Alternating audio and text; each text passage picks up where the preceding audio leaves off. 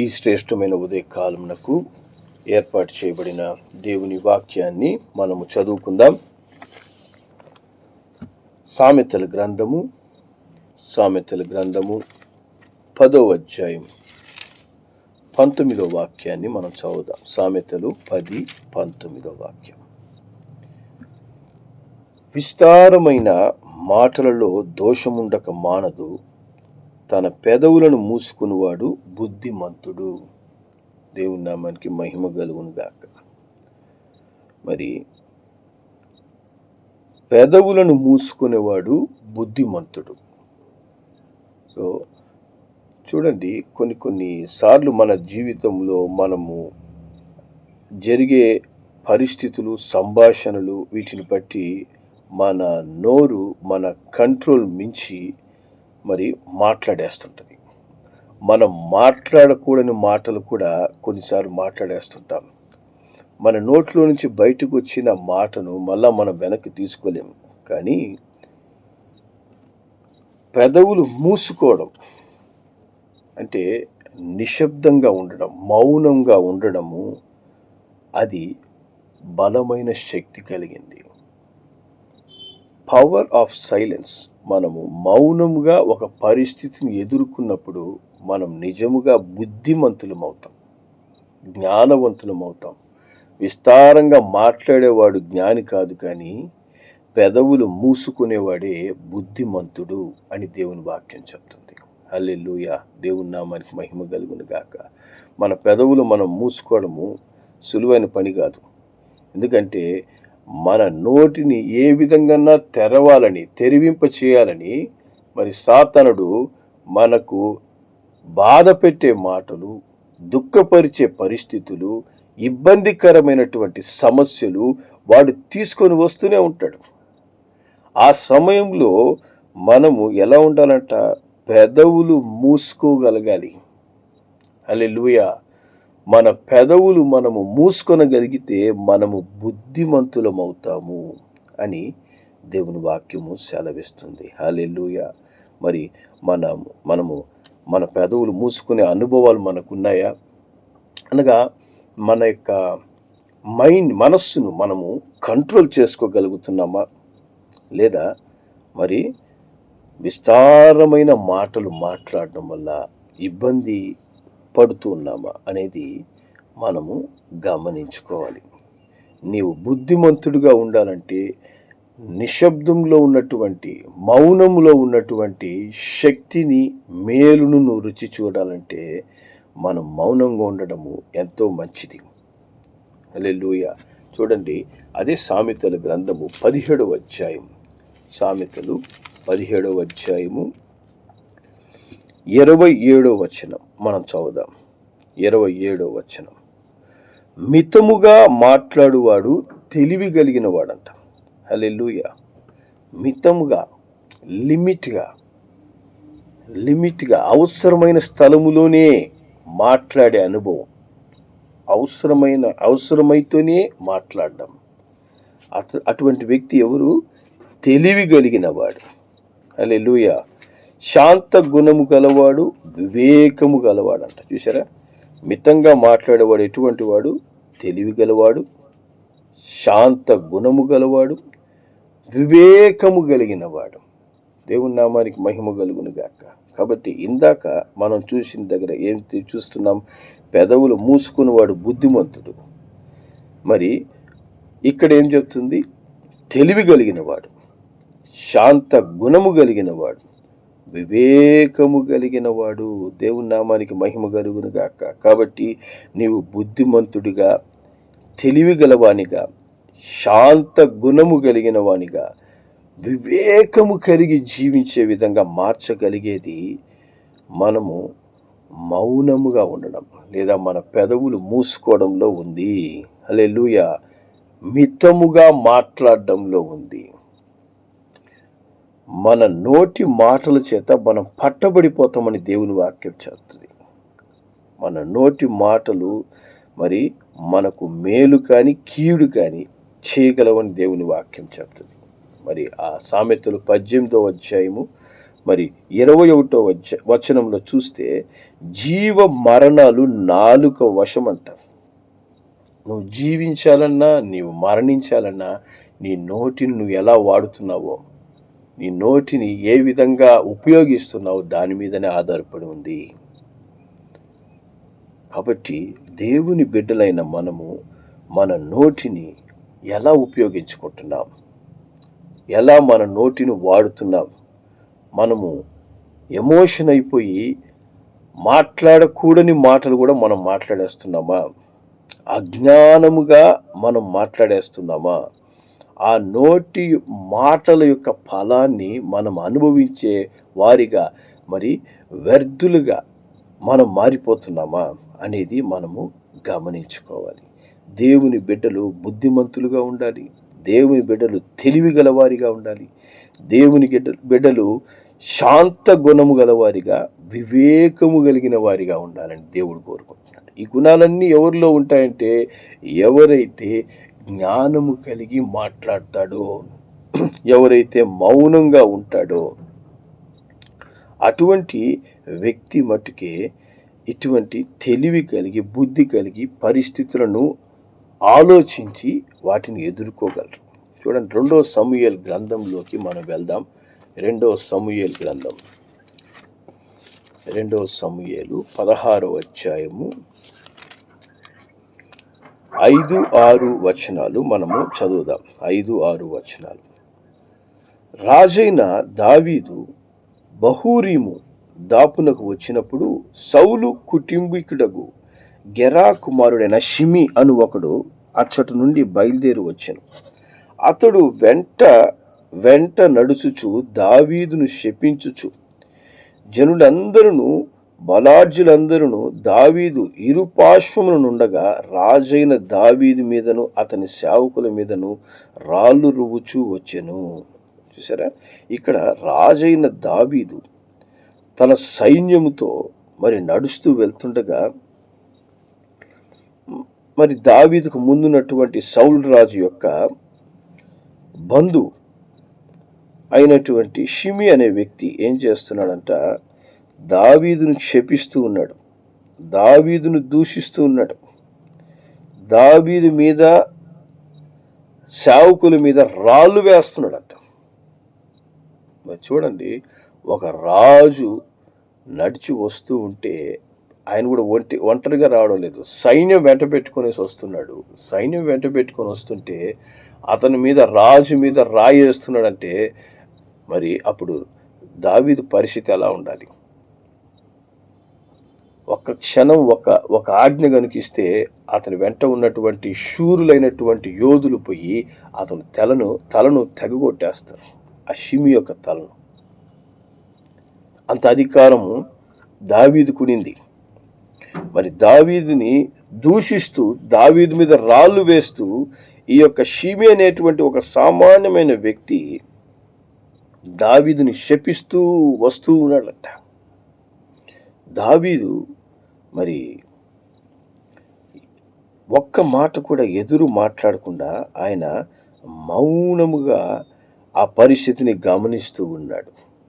మరి చూడండి, ఆయనతో పాటు వచ్చినటువంటి సేవకుల్లో లేదా ఆ శూరుల్లో ఒకడైనటువంటి అభిషయ్ అనే వ్యక్తి ఏమంటున్నాడంటే, 16వ అధ్యాయం 9వ వచనంలో, సరయు కుమారుడైన అభిషయ్, ఈ చచ్చిన కుక్క నా ఏలిన వాడవును రాజునగు నిన్ను శపింపనేలా, నీ చిత్తమైతే నేను వాణ్ణి చేరబోయి వాని తల ఛేదించి వచ్చేదను అని అనెను. కాబట్టి వెంటున్నటువంటి వారి కోపం వచ్చేస్తుంది అక్కడ.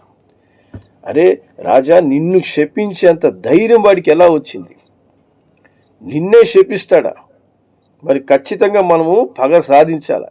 మనం తిరిగి మాటకు మాట, దెబ్బకు దెబ్బ మనము కక్ష సాధించాల్సిందే.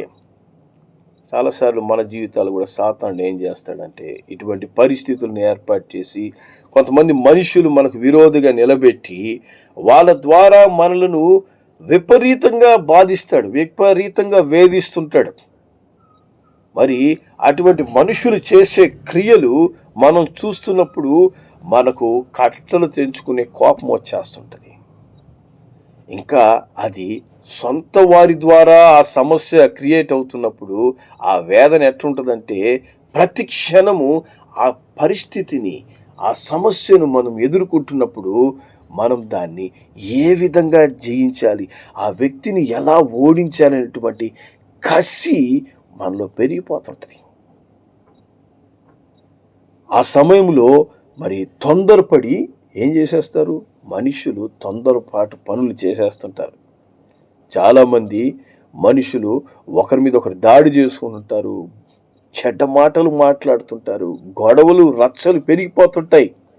ఎందుకంటే సాతాను కోరుకునేది సమాధానం కాదు, సాతాను కోరుకునేది సమస్య, సాతాను కోరుకునేది మరి విడిపోయే అనుభవం, కలిసి ఉండకూడదు. కాబట్టి దుష్టుడు ఏం చేస్తుంటాడు, మనిషిని విడగొడతాడు, మనిషిని మరి ఏమీ లేని వానిగా తన నోటి మాటలతో క్రియేట్ చేయాలనుకుంటాడు. మరి వాళ్ళు చేస్తున్న క్రియల ద్వారా మనల్ని బాధించి వీరి శక్తిహీనులు, వీరు ఏమి చేయలేరు అనే విధంగా నిలబెట్టాలని ప్రయత్నం చేస్తాడు. దావీదు పరిస్థితి కూడా అట్లాగే ఉంది. ఇక్కడ దావీదు మరి రాజుగా సైన్యముతో వెళ్తుంటే ఒకే ఒక్కడంట, ఆ షిమి. అతనేం చేస్తున్నాడు, దావీదు మీదే, రాజు మీద రాయేస్తున్నాడు. వెంట వస్తున్నటువంటి సైన్యమును కూడా రెచ్చగొడుతున్నాడు. రాజు మీద వేస్తాను, మీ మీద కూడా వేస్తానని చెప్పి శపిస్తున్నాడంట. ఈ దినమున నీ జీవితంలో కూడా అటువంటి వ్యక్తులు, అటువంటి పరిస్థితులు నిన్ను బాధిస్తున్నారా? వాళ్ళు నిన్ను వేధిస్తున్నారా? లేదా అటువంటి కఠినమైన పరిస్థితులు గుండా నువ్వు నడుస్తున్నావా? దేవుడు అంటున్నాడు, మౌనంలో ఉన్నటువంటి శక్తిని నువ్వు చూపించగలగాలి. హల్లెలూయా. దేవుని నామానికి మహిమ కలుగును గాక. మనము మౌనంగా ఉన్నప్పుడే దేవుడు తన పని తను చేయగలడు. దేవుని పని లేదా దేవుని క్రియ మన జీవితంలో జరగాలి అంటే మనము దేవుని చేతికి దాన్ని అప్పగించి మనం మౌనంగా ఉండాలి. అప్పుడే దేవుడు తన పని చేయగలడు. అదే మనం నోరు తెరిచామనుకోండి, అక్కడ పరిస్థితులు మన చేయి దాటిపోతాయి. ఇక్కడ దావీదు కూడా మరి ఆ పరిస్థితి ఎదుర్కొంటున్నప్పుడు, ఆ యొక్క ఇబ్బందికరమైన పరిస్థితి వస్తున్నప్పుడు, ఆయన రాజుగా ఒక ఆజ్ఞ ఇస్తే చాలు, వెళ్ళి ఆ షిమిని అంతం చేయొచ్చు. కానీ ఆయన జ్ఞానము కలిగి ఆ పరిస్థితిని మౌనంగా ఎదుర్కొన్నాడంట. దాంట్లో 10వ వచనంలో ఆయన అంటాడు దావీదు, అందుకు రాజు, శరయు కుమారులారా, మీకును నాకును ఏం పొందు, వారిని శపింపనీయుడి. దావీదును శపింపమని యెహోవానికి సెలవీయగా నీవు ఇలాగ ఎందుకు ఆక్షేపణ చేయగలవాడవని, నీవు ఇలా ఎందుకు చేయుచున్నావని ఆక్షేపణ చేయగలవాడెవడని చెప్పి మరి అభిషేకుతోను తన సేవకులతోను పలికినది ఏమనగా, నా కడుపున పుట్టిన కుమారుడు నా ప్రాణం తీర్చుచుండగా ఈ బెన్యామీయుడు ఈ ప్రకారం చేయట్లు ఏం ఆశ్చర్యం, వాని జోలి మానుడి, యెహోవానికి సెలవిచ్చినాడు కనుక వాని శపింపనీయుడి. యెహోవా నా శ్రమ లక్ష్యపెట్టునేమో, వాడు పలికిన శాపమునకు బదులుగా యెహోవా నాకు మేలు చేయునేమో అని చెప్తున్నాడు. హల్లెలూయా. కాబట్టి ఆ పరిస్థితిని అతను ఏం చేస్తున్నాడు, దావీదు దేవుని చేతికి అప్పగిస్తున్నాడు. దేవుడు ఒకవేళ ఇది అనుమతించినాడేమో, ఈ పరిస్థితి దేవుని చేతికి నేను అప్పగిస్తున్నాను. హల్లెలూయా. దేవుని చేతికి నేను అప్పగిస్తున్నాను. మనం కూడా ఏం చేయాలంటే దేవుని చేతికి అప్పగించాలంట. దేవుని చేతికి అప్పగించి దావీదు ఏం చేస్తున్నాడు, ఆ మార్గమును వెళ్ళిపోతూ ఉన్నాడు. దేవుని నామానికి మహిమ కలుగును గాక. దేవుని బిడ్డలకు విరోధముగా తెరవబడిన ప్రతి నోరును, ప్రతి శాపమును దేవుడు ఆశీర్వాదంగా మార్చగలిగిన శక్తిమంతుడు. మరి ఆ యొక్క షిమి యొక్క మాటలు దావీదుని ఒక్క అడుగు కూడా కిందకి దింపలేదు, కానీ అతను రాజుగానే నిలబడున్నాడు. రాజుగానే దావీదుని దేవుడు ఘనపరిచాడు, తన వంశమును దేవుడు ఆశీర్వదించాడు. అదేవిధంగా మనకు విరోధంగా ఎంతమంది ఏమి మాట్లాడినా కూడా ఆ మాటలు, వారి క్రియలు మనల్ని బలహీనపరచలేవు. మన పట్ల కలిగిన దేవుని ప్రణాళికను కూడా వారు ఆపజాలరు. దేవుడు ఏది నిర్ణయించాడో అవి నిశ్చయంగా నెరవేర్చి తీరుతాడు. కనుక మనము పరిస్థితిని దేవుని చేతికి అప్పగించాలి. పరిస్థితిని జ్ఞానంగా, దేవా నువ్వు చూసుకో, ఇదిగో ఈ పరిస్థితి, ఈ వ్యక్తి నువ్వు చూసుకోనైనా అని దేవుని చేతికి మనం అప్పగించినప్పుడు మనం ఎటువంటి వారమంట? మనము బుద్ధిమంతులము, మనము తెలివి కలిగిన వారము, మనము శాంత గుణము కలిగిన వారము. హల్లెలూయా! దేవుని నామానికి మహిమ కలుగును గాక. మనం వివేకముగా ప్రవర్తించే వారముగా ఉంటాం. దేవుని నామానికి మహిమ కలుగును. క్రియకు ప్రతిక్రియ, క్రియకు ప్రతిచర్య మనము చేయాలని అపవాది ప్రయత్నిస్తాడు. కానీ క్రియకు ప్రతిక్రియ దేవుణ్ణి చేయమని చెప్పినప్పుడు మరి ఆ క్రియ చేసే వ్యక్తే కాదు, పని చేస్తున్న సాతాను కూడా నశించిపోతాడు. కాబట్టి దేవుని చేతికి పరిస్థితిని అప్పగించండి. కానీ మనము నోటికి సమయం ఇవ్వకూడదు. నోటికి మనం అవకాశం ఇవ్వకూడదు. దావీదులాగా మనము జ్ఞానము కలిగి మనము ప్రవర్తించినప్పుడు దేవుడే ఆ పరిస్థితిని చక్కబరుస్తాడు. నిర్గమకాండం 14వ అధ్యాయంలో కూడా మరి ఇశ్రాయేలుల మీదకి తిరిగి ఐగుప్తీయులు అటాక్ చేయడానికి వస్తున్నారు. ముందు ఎర్ర సముద్రం ఉంది. మరి వాళ్ళు ఏం చేయాలని భయపడుతున్నారు. మరి అప్పుడు దేవుడు మోషే ద్వారా నేను ఒక గొప్ప రక్షణను కనబరచబోతున్నాను అని చెప్పినప్పుడు మోషే అంటున్నాడు, నిర్గమకాండం 14వ అధ్యాయము మరి 13, 14 వచనాలు మనం చదివితే, అందుకు మోషే, భయపడుకుడి, యెహోవా మీకు నేడు కలగజేయు రక్షణను మీరు ఊరక నిలచుండి చూడండి. మీరు నేడు చూచిన ఐగుప్తీయులని ఇక మీదట మరి ఎన్నడూను చూడరు. యెహోవా మీ పక్షాన యుద్ధము చేయను, మీరు ఊరికే ఉండవని ప్రజలతో చెప్పాను. హల్లెలూయా! దేవుని నామానికి మహిమ కలుగును గాక. కాబట్టి దేవుడు నీ పక్షాన్ని యుద్ధం చేయాలన్నా, లేకపోతే నీ సమస్య కొరకు నువ్వు పోరాడాలనుకుంటున్నావా? నీ సమస్యను నువ్వు పోరాడాలనుకుంటుంటే, నువ్వు ఎదుర్కోవాలనుకుంటే దేవుడు మౌనంగా ఉంటాడు. కానీ సమస్యను దేవుని చేతిలో పెట్టి నువ్వు ప్రార్థించగలిగితే, దేవా ఇదిగో ఈ పరిస్థితిని నేను నీ చేతిలో పెడుతున్నాను, సహాయం చెయ్యి అని నువ్వు దేవుని అడగగలిగితే దేవుడు నీ పక్షాన యుద్ధం చేస్తాడు. హల్లెలూయా! దేవుడు మన పక్షాన యుద్ధము చేయాలంటే మనము మౌనంగా ఉండాలి, జ్ఞానముగా ఉండాలి, మితముగా మాట్లాడాలి, అవసరమును బట్టి మాట్లాడాలి. మనము దాన్ని బట్టి ఎంత మెచ్యూర్ అయ్యాం, ఎంతగా మనము ఒక పరిస్థితిని ఎదుర్కొనేటటువంటి జ్ఞానవంతులమయ్యామని దాన్ని బట్టే తెలుస్తుంది. మనం విచ్చలవిడిగా ఎదురు తిరిగి మాట్లాడుతున్నామంటే అంత బలహీనులం మనం. హల్లెలూయా! జ్ఞానము కలిగిన వాళ్ళు మౌనంగా ఉంటారంట. జ్ఞానం కలిగిన వాడు, బుద్ధి కలిగిన పెదాలు మూసుకుంటాడంట. హల్లెలూయా! మరి తెలివి కలిగిన వాడు, శాంత గుణము కలిగిన వాడు, వివేకము కలిగిన వాడు మితముగా మాట్లాడతాడంట. హల్లెలూయా! పరిస్థితిని దేవునికి అప్పగించండి, మితముగా మాట్లాడండి. మౌనం యొక్క శక్తిని వారు చూస్తారు. నీ మౌనం యొక్క ఫలము వారు అనుభవిస్తారు. దేవుని చేతిలో దాన్ని పెట్టండి. మనం మౌనంగా ఉండడమే కాదు, పరిస్థితిని దేవుని చేతికి అప్పగించాలి, ప్రార్థన చేయాలి, పరిస్థితిని దేవుని చేతులు తీసుకురావాలి. అప్పుడు అడ్డుగా ఉన్నటువంటి ఎర్ర సముద్రం 2 పాయలైపోద్ది. హల్లెలూయా! ఎటువంటి సమస్య అయినా కూడా ఆ సమస్యను దేవుడు అద్భుతంగా యుద్ధం చేసి నీకు జయం ఇవ్వడానికి ఆయన శక్తిమంతుడు. హల్లెలూయా! కాబట్టి మనం ప్రార్థన చేద్దామా? మనము నోటితో పోరాటం చేయడం ఆపి మనం ప్రార్థన చేద్దాం. ప్రేమ కలిగిన మా తండ్రి, పరిశుద్ధుడా, నీకు వందనాలు, స్తోత్రములయ్యా. ఇదిగో మౌనం యొక్క బలము గొప్పది నాయనా.